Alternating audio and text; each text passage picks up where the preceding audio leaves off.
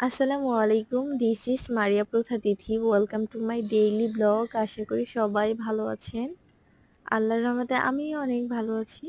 তো ফাইনালি চলে আসলাম আমার তৈরি আমঝুরি আচার নিয়ে।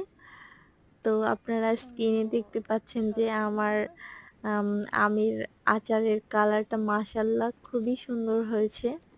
তাছাড়া আচারটা একদম ঝরঝরে ছিল এবং খুবই সফট ছিল। আমি যেভাবে বানানোর চেষ্টা করেছিলাম আলহামদুলিল্লাহ সেরকমই হয়েছে।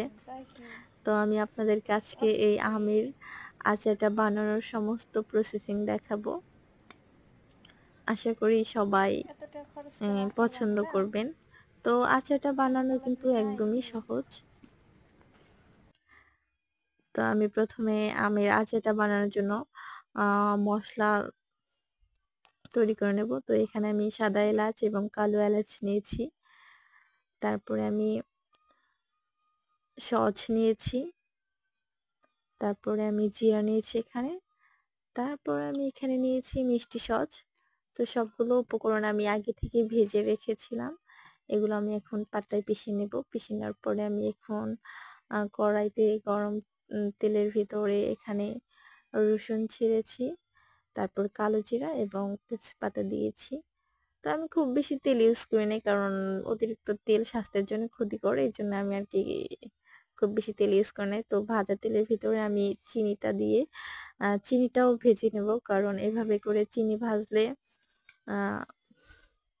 চিনির ভিতর থেকে একটু কম পানি বের হয়। তো আমি এখন চিনিটা ভেজে নেওয়ার পরে সেটার ভিতরে আমগুলো ছেড়ে দিয়েছি।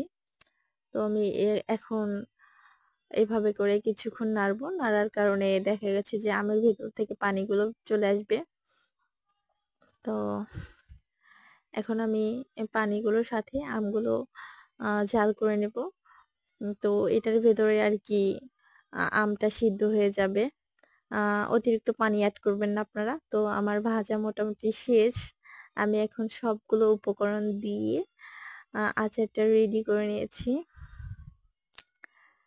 তো আমার আচার বানানোর পদ্ধতিটা যদি আপনাদের ভালো লেগে থাকে তাহলে অবশ্যই একটা করে লাইক কমেন্ট শেয়ার করবেন। সবাইকে ধন্যবাদ। আজ এই পর্যন্তই। আসসালামু আলাইকুম।